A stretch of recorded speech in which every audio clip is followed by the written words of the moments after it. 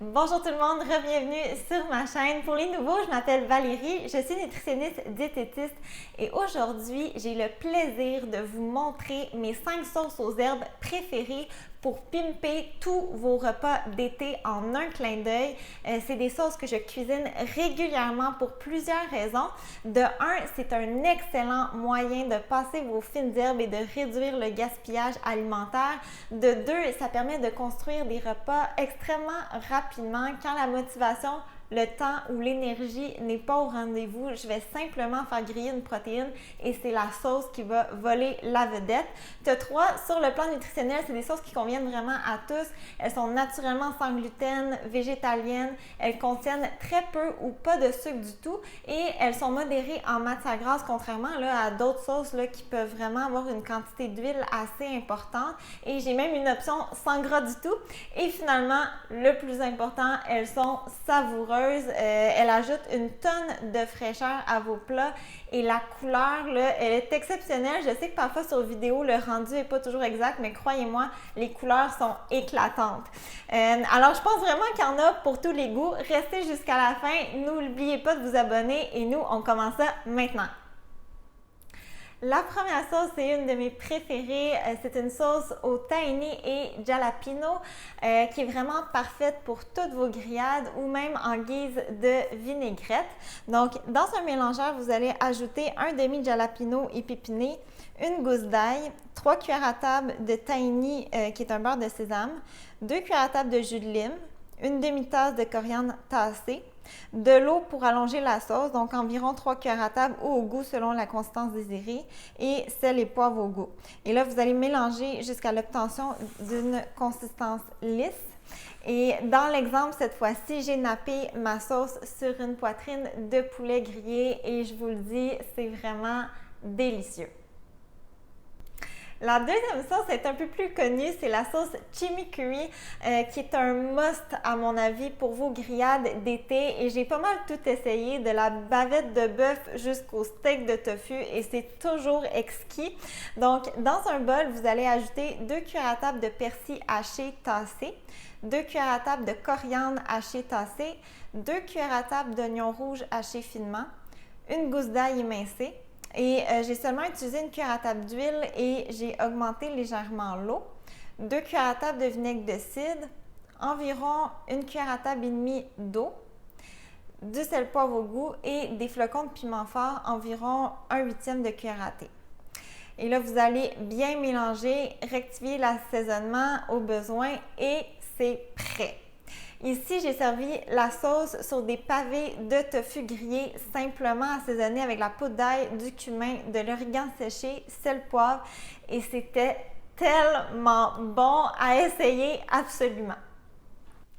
La troisième sauce se distingue un peu des autres et c'est un chutney aux 3 herbes, la sauce par excellence pour ajouter une touche de fraîcheur à tous vos plats indiens comme le curry, les beignets, les samosas ou même les grillades assaisonnées à l'indienne. Donc dans un robot culinaire, vous allez ajouter 2 tasses de coriandre, une tasse de persil italien, une tasse de menthe et dans tous les cas, c'est tiges et feuilles, donc on aime ça, ça réduit le gaspillage alimentaire, 2 oignons verts, une gousse d'ail, un quart de tasse d'eau, 3 cuillères à table de jus de lime et dans mon cas, j'ai augmenté le jus de lime et j'ai laissé tomber le vinaigre de vin et c'était vraiment excellent. Une cuillère à thé de gingembre haché, une demi-cuillère à thé de sucre, du sel et 1/8 de cuillère à thé de cumin et vous allez réduire en purée grossière. Et j'ai servi le chutney dans mon cas en garniture sur des beignets à l'indienne, aux légumes et au teff. Et c'était juste wow, tout en fraîcheur et vraiment surtout différent. Donc, je vous recommande fortement de l'essayer. Pour la quatrième sauce, on y va avec une sauce avocat et coriandre. excellentes pour garnir tous vos plats mexicains comme du riz mexicain, des bols tacos, des burritos, des salades ou encore même des burgers aux haricots noirs. Donc dans un mélangeur haute vitesse, vous allez ajouter un avocat moyen. Le mien était plutôt petit, alors j'ai complété avec un reste d'avocat congelé. Moi, je congèle la chair telle quelle avec un peu de jus de citron et c'est vraiment très pratique pour les sauces comme ça ou encore les trempettes, les smoothies.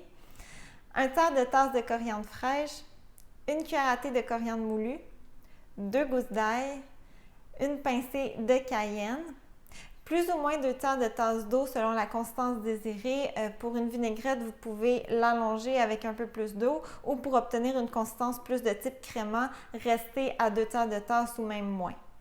2 cuillères à table de jus de lime et du sel poivre au goût. Et là, vous allez mélanger jusqu'à l'obtention d'une consistance lisse.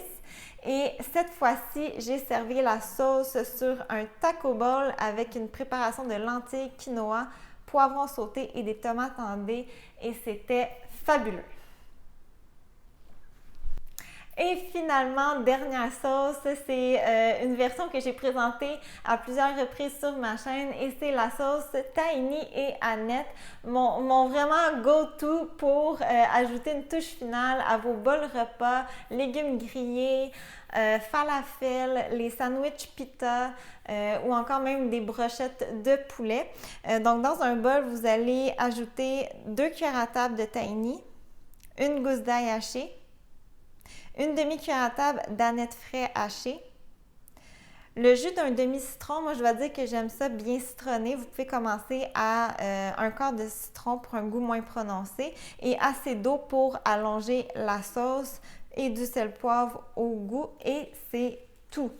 Vous allez mélanger pour que le tout soit homogène. Puis ici, j'ai versé ma sauce sur des falafels et c'est vraiment la petite touche finale pour compléter le repas. C'est vraiment délicieux.